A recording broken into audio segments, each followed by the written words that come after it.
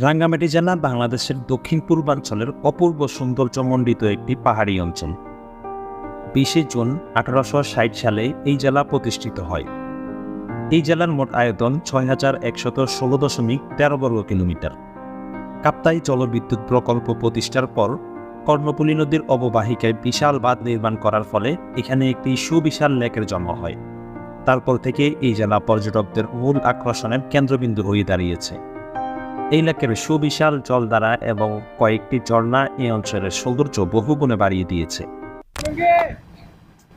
এই মুহূর্তে আমি আছি জুম পাহাড়ে। প্রায় কতটুকু হবে, 50 ফিট উপর তো হবেই। উঠতেছি, বিশাল পাহাড়।